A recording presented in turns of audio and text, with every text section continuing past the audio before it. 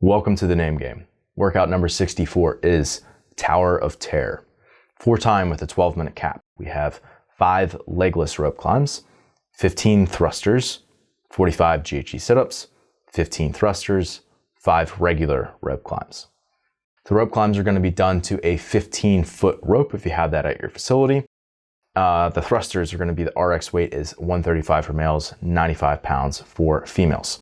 And the GHD sit-up from the top of the pad to the floor is the standard for males is 40 inches. For females, it's 37 inches.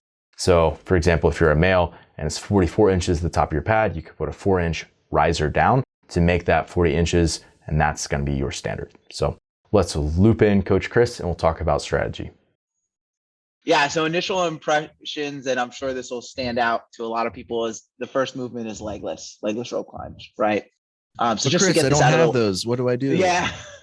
So if you don't have them, guys, super simple. Just make them regular rope climbs. Okay. Now, what happens if I have them, but they go away very quickly? So if that's for you, and Ben, why don't you ask the same thing about the thruster weights? Okay. So I think, yeah, what we're recommending to people. Oh, what happens if I can't do the thruster weight? Great, Ben, awesome. So same thing will apply for the legless rope climbs and the thruster weight. Use the cap as your guide, right? So this workout has a 12-minute cap. So if you're someone who has legless rope climbs, but let's say you're like, it's going to take me 4 minutes to do these legless rope climbs, but I know I'm going to be able to chew up those thrusters in like 2 sets, maybe even going broken on the back half if I have to, then go for it, right? Work on the skill of the legless rope climbs. But again, using the cap as your guide. Like if you look at it and kind of plan out in your head and you're like, all right, man, I'm going to be right around 12. Perfect. Do the workout as prescribed. Even if you think you might be at like you might get capped, but with like 2 or 3 rope climbs left, that's fine. But if you think doing it as prescribed is going to take you 15 plus minutes, then you got to scale.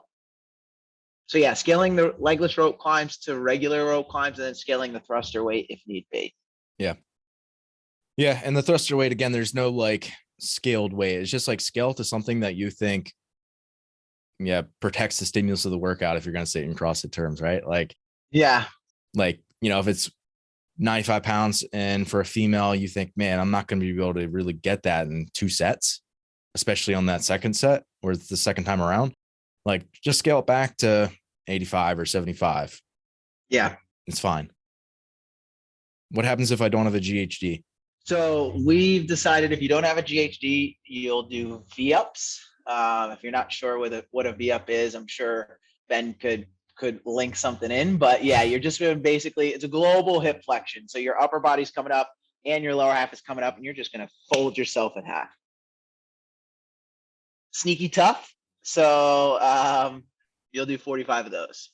Yeah, it'll definitely get spicy. Overall, any other pacing strategy points for people?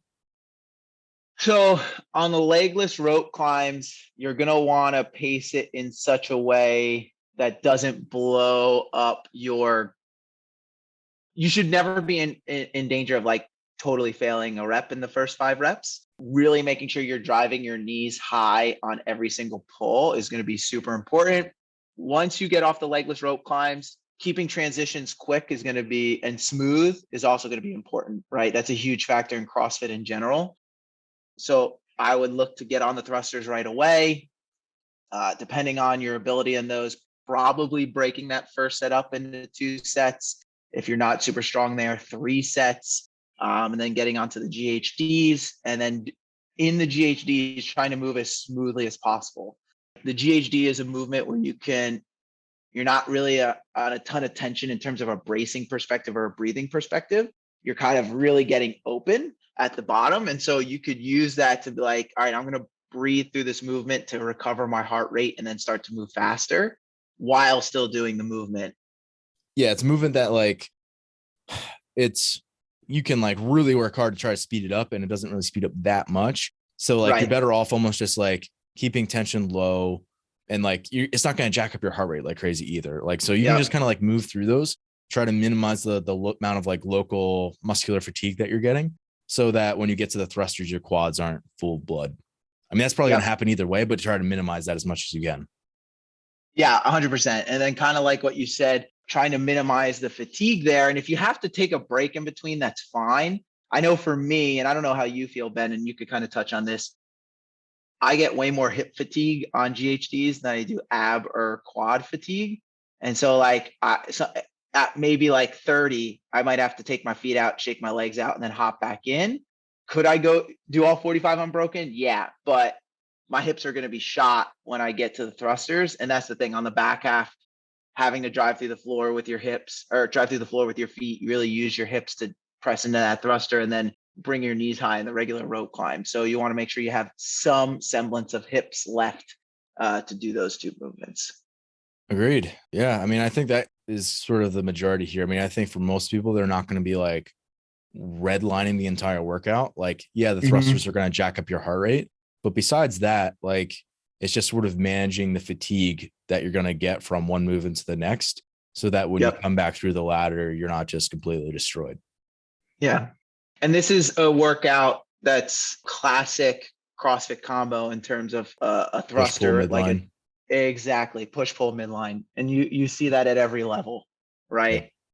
Open, quarterfinals, semifinals, games. You see it at every level in terms of those types of combinations. So making sure you're efficient and at hitting those movement patterns is huge. Yeah, I mean, I could see this as a quarterfinals workout. I could see this as a semifinals workout. I could see this as a games workout. Like, right. Truly, I think that this could be any level. So, yep, agreed. And lastly, we encourage as many people as possible to jump in with you and do these workouts. We've got people who want to throw down with you. By all means, encourage them to do that. However, we want everyone to submit their scores, right? So where you're going to go to is zorfitness.com. You'll hit on menu, drop down from the protocol. You'll hit that tab called name game. And then you'll go down to the first workout, which should be the newest one. And you're going to click that little green arrow. There you'll be able to enter your name also with the workout name. That's important because it tags it so it doesn't get lost in the forum later on. But then you obviously are going to put your score or your time, and then you'll submit it. If you click on that little number next to it, you're going to see all the other comments, right? You might actually not be able to view them all. So if you hit view all comments, that's going to take you down sort of a leaderboard where you get to compare scores. And then also your coach gets to help determine where you stack up versus other competitors to be able to determine your individual weaknesses. It's going to be super helpful for us, pretty exciting and engaging for you guys. And if you're someone who's watching this, you're not a Zor Fitness athlete yet, I'll link to it below, but you can either check out the protocol or one-on-one coaching and we'll reach out, see if you're a good fit. And for everyone, best of luck on the workout.